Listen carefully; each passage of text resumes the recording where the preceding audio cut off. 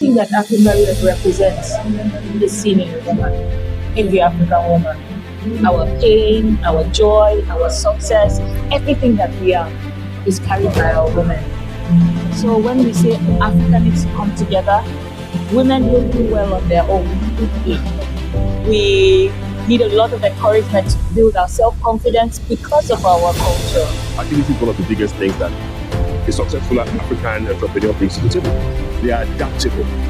They expect challenges to happen because the environment is not structured, and then they are adaptable to that. So as a country across Africa, you understand things like this shift is reframing the way the Africa looks. Even from when somebody outside of Africa looks at Africa and looks at their opportunity, fintech is already, it's early days, but it's beginning to change the way the country looks, despite policies that don't support that. Instead of we are more focusing about that there is a problem in our business environment. And the environment was impacted from families, from home. So, and for you as a consulting service provider, you face like those challenges. But I have a question. Do you think that the problem is coming from the leaders of the organizational work or from the frontline officers, or both of them?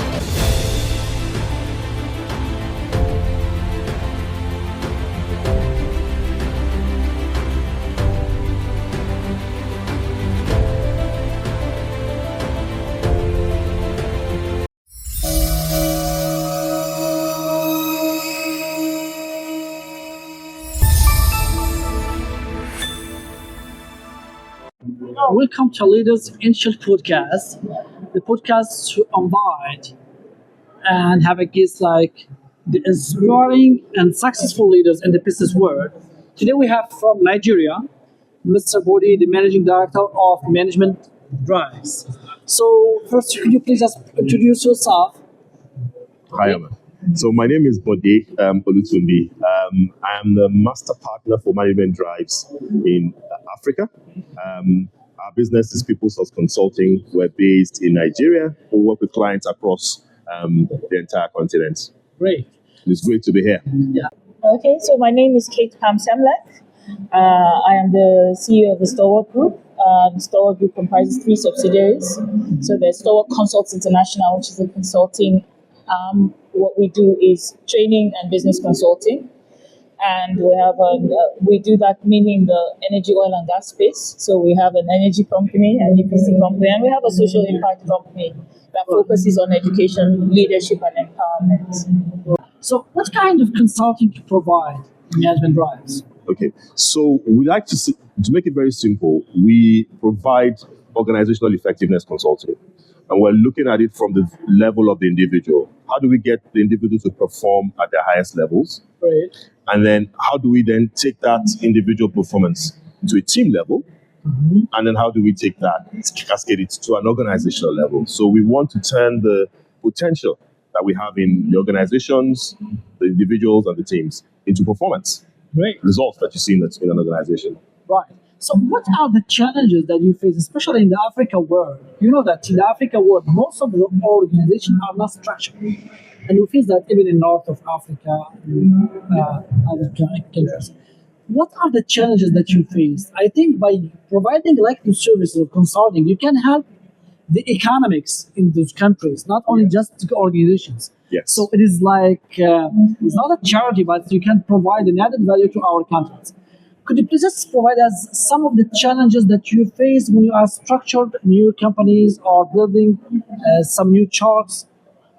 So I think one of the biggest challenges we face is not so much there's the issue of the mentality, which is what you're saying, the issue of the mentality of the business person or the aspiration of the business person, but it's not so much that, is the context. An environment that is very fluid, an environment that is not structured. You want to bring in structured growth into an environment that is not structured, then you need to be very agile about how you respond to the situation. Right. So we found working with a variety of clients across Africa, agility is one of the biggest things that a successful African entrepreneur brings to the table. They are adaptable. They expect challenges to happen because the environment is not structured, and then they are adaptable to that. So as a consultant, obviously that's one of the challenges that you face, trying to help them solve the problems that they're encountering, in a very volatile environment. So that's one big challenge. The second then maybe links in with the mentality. Now, Africa is, and I say this, I know we've mentioned that I'm from Nigeria originally. We work across the continent. And if you think about Africa, don't think about an environment that is totally homogeneous. In other words, if you went to Casablanca, what you would experience in terms of the business concept is slightly different from if you went to Kampala. It's slightly different from if you went to South Africa, it's slightly very different. And if you were in Nigeria, it's really different. You understand? So you need to look at the different cultures, the different regions, and they are different. It's a huge continent. So if you bear that in mind in terms of the mentality of the business person, there is a different level of uptake for the value that a consultant brings to the table. Now, if the consultant does not see, if the client is not ready, they don't see the value that the consultant is bringing, that becomes a challenge for you, because you're not just trying to solve the problem. You're first trying to sell the idea that we can solve the problem, or the idea that there is a problem. Because he's thinking we're making money. Africa is huge. And we're not where Europe is, we're not where America is. So there's lots of opportunity to add value, lots of opportunity to create impact, lots of opportunity for growth. You understand what I mean? So when you think about that, the successful African entrepreneur is already making money. He's already successful in his own eyes. But it's about us saying, how can we be more effective? How can we be more efficient? How can we scale up the amount of value that we are adding to the organization initially? And when the organizations are really successful, the economy benefits from it, like you mentioned. And then the people benefit from it. More jobs, more opportunities. So across Africa, you will find an organization that potentially can be creating. I love, if you've ever heard about the Tony Elumelu Foundation, for instance, I love that whole concept of Afro-capitalism. But what he's trying to say there, and I totally buy into that, is this: successful businesses are the core of the growth of society. They are the heart. America, the UK, Europe, successful businesses are the heart of the growth of society. What the government does is it creates an enabling environment for that. But the mindset of the entrepreneur has to be right, to say, what's the huge potential we have here, and how can we tap into that potential? So it moves beyond how do we make money and be successful as a business. It's how can we create impact for society. And as a consultant, you're thinking about all that. You can see the end, and it's about you helping the business. Whatever sort of approach, even if it's IT consulting, we're very much into the business side of things and organizational effectiveness. But even if it's IT consulting, development consulting, it's about trying to get them from here to there. What's the huge potential opportunity that they have? How can we help them to see it? How can we help them to embrace it? And then what are the tools we can give them so they have motion moving towards it? So regarding what you said, Mr. Toby, there's a lot of challenges, especially for the young entrepreneurs.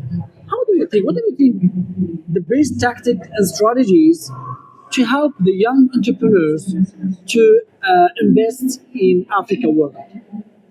So Rome was built by Romans. America was built by Americans to take Africans to build Africa. But for Africans to be able to build Africa, first of all, we do have the numbers, but we don't have the resources. And like he talked about what excellence represents, we do not have a standardized measure of excellence. So first of all, we must be able to position ourselves to compete globally.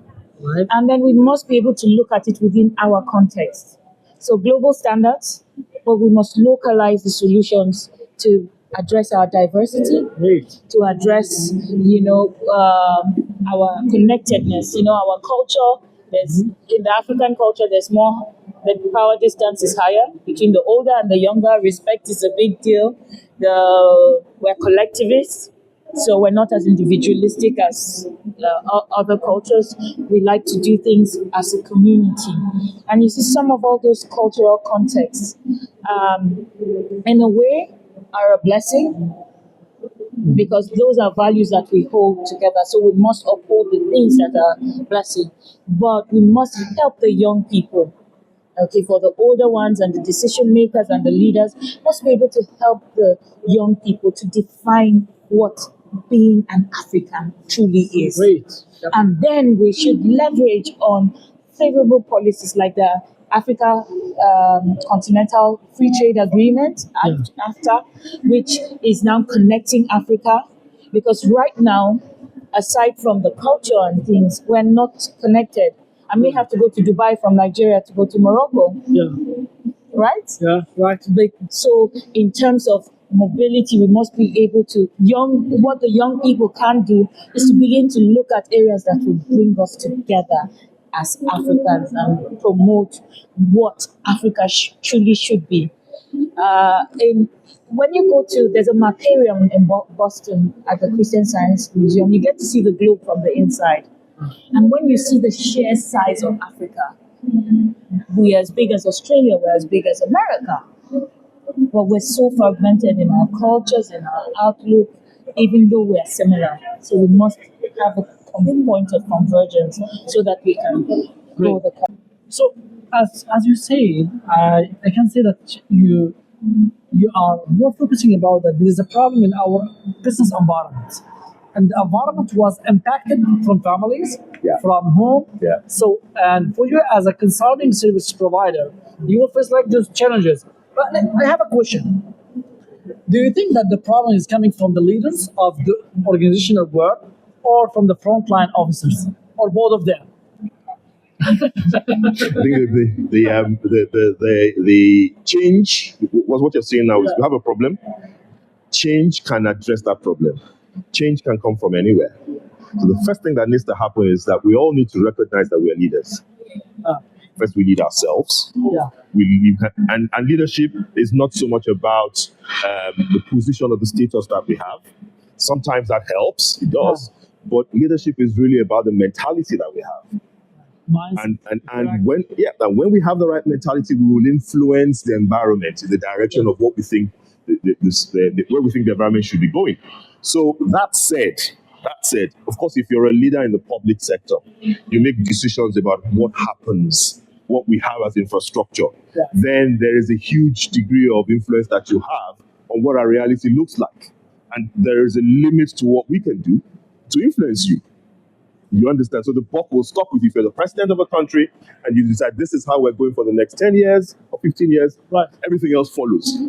You understand? Or a governor, everything else follows. Which means that there is no vision, there is no strategic goals, clear strategic or not enough goals. Direction.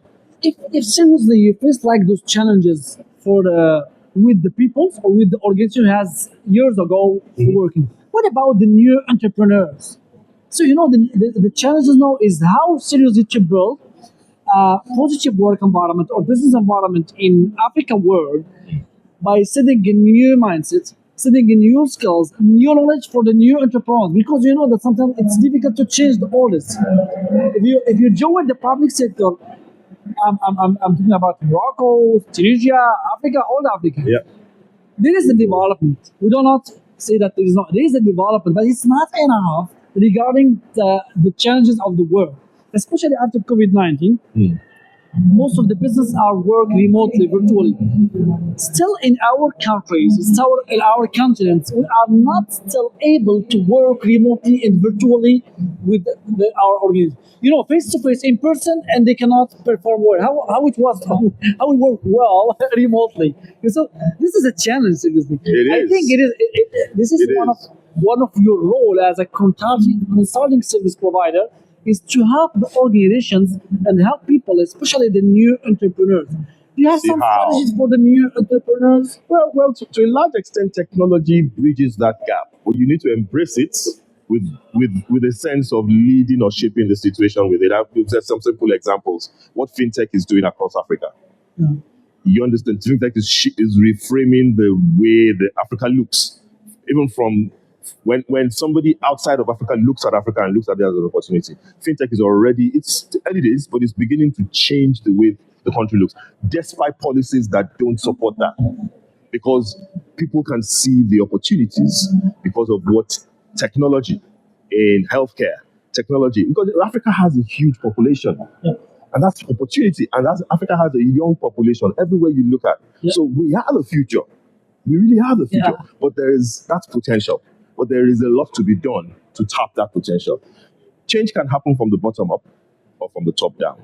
What you're saying, and I totally agree with you, and as a consultant, we bear that in mind when we're working with clients, working with young organizations. We work with a variety of organizations.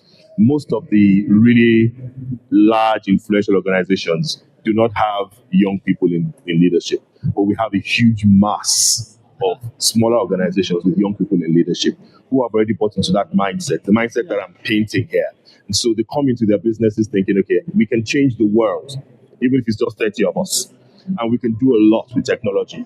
So we don't need the infrastructure that is based on policies that are outdated. We use technology to bridge that gap. So tech is a big part of the solution to that.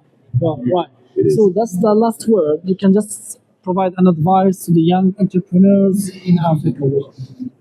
Well, I think the best thing I can say to any young entrepreneur in Africa is the opportunities in Africa are limitless. But you need patience to grasp those opportunities. So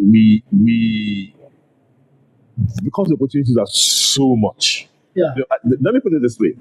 There is no motivation to be excellent. There is no motivation to be excellent if the environment does not demand it. What is the motivation to be excellent when average is acceptable?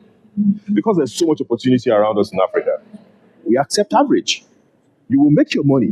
You will be successful. You've got millions of people. You've got lots of opportunities. There's so much that can be done. So you do very little, and people buy into it. They're excited about it, and you are successful, in quotes. But I would want to challenge the young African entrepreneur and say, hey, we want to transform the environment. We want to change the environment. That takes a laser focus on excellence. Anything I do must stand out, not just within Africa, but beyond Africa. And we're seeing brands that are beginning to do that. We're seeing businesses that were started up in Africa buying businesses in America. That's happening in fintech, my brother. It can happen in other areas, but it's because those guys decided we're going to put a laser focus on excellence. Excellence doesn't have two names. Anywhere you take it to, any culture. When people see something that stands out, they know it. When people see something that adds value, they know it. And the money in people's pockets, it follows value. So as an entrepreneur, what are you trying to do? You're trying to create value, and money follows it, and then success is the end story. So that's what I would say to entrepreneurs. As a lady, I want to provide some advices for the African women to join the business world. Yes. And being young entrepreneurs, because we are not just only men. We need also to support the women in Africa world. So what you can provide as advices to the women in Africa? So everything that Africa represents is seen in a woman, in the African woman. Our pain, our joy, our success, everything that we are is carried by our women. So when we say Africa needs to come together, women don't do well on their own. We need a lot of encouragement to build our self-confidence because of our culture. So my advice to young African women is, first of all, dare to dream, because you can. Okay, I was listening to Michelle Obama in her book, The Light That We Carry, and she said, as a woman, you can have it all. Maybe not at the same time, but you can. So what I would encourage the young African women who are interested in entrepreneurship to do is to begin to connect. Thank God for technology. On LinkedIn, begin to connect with women who are doing great things. Follow them, learn from them, get advice from them, build your confidence, and just go out and do it. Thank you very much. I'm so proud of you. Thank you. Seriously, to join us. Yeah. We are all of us from Africa, especially you are a lady, a woman, and this is a great word to the women in Africa, and you support them, and we help them, especially we will be behind ladies. Thank you very much. Thank you.